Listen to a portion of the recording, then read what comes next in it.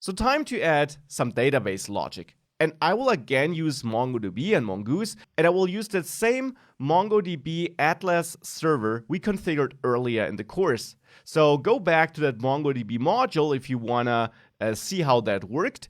And if you wanna use MySQL or something like this, you can of course also take the knowledge you gain in the MySQL related modules of the course and implement your own SQL solution here. To follow along smoothly, you should use MongoDB though. I will again use the Mongoose package. So let's install it with npm install --save mongoose. And that will be required to connect to the database and to then, of course, also create our Mongoose models, store data, and so on. I'll restart npm start thereafter. And now, first of all, let's connect. For this, let's open the app.js file and let's import Mongoose here by simply requiring Mongoose. Now, as you learned in the MongoDB and the Mongoose modules of this course, we then establish a connection by using Mongoose connect here. And now we need a URL, a connection URL. Now, as I mentioned, I'll use that same connection URL I used before in the course. So that does not change. I will just copy that. Here it is. That is my Atlas server to which I can connect. And this now establishes a connection. And then I can add a then and a catch block. Catch in case this connection establishing fails. Then I want to log the error. But if we are successful, if we are in that then block here, then I will start my node server and start listening to requests. If we save that, it now gets restarted and it should succeed. You can ignore this deprecation warning here, by the way. Now we're connected to Mongoose or to MongoDB through Mongoose. And now what can we do? Well, we have to create some models to work with, right? Because that is how we interact with the database ultimately. So let's create a models folder here in our Node REST API. And I'll create a post.js file in there to define how a post should look like. There, I will simply import Mongoose by requiring Mongoose from the Mongoose package.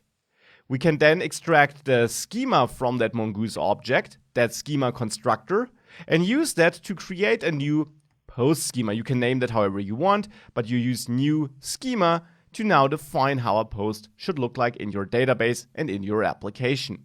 Now, you can of course define this in whichever way you want. I want to have a title in there, which will be of type string.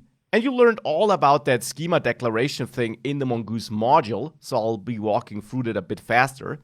So type will be string, and let's say it's required. We then also will have an image URL or image or however you want to name it, and that will also be a string. It will be a URL pointing at that file, and this will also be required. Now we'll also have a content, of course, where the type is string as well, and which also is required. So thus far, not too exciting.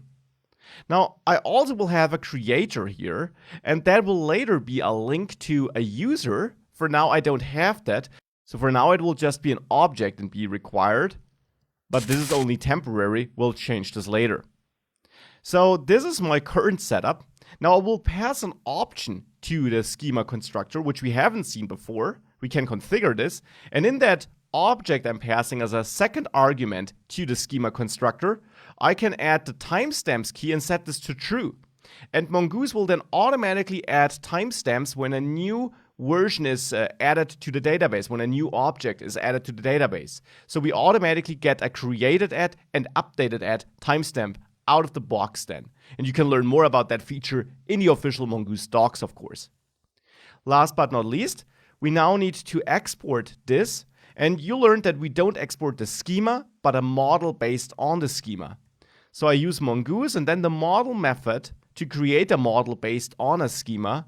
You can name that model however you want. I'll name it post, and therefore this will create a post database, and I will export my post schema here, or use my post schema. So this is the model defined. One important note about my connection string, by the way, in app.js, there I'm connecting to a database and I will connect to my messages database. You can name this however you want. So now we'll connect to this database, and thanks to this model, there Mongoose will use a posts collection for us when we start using that model. Well, speaking of that, let's start using that model in the next lecture.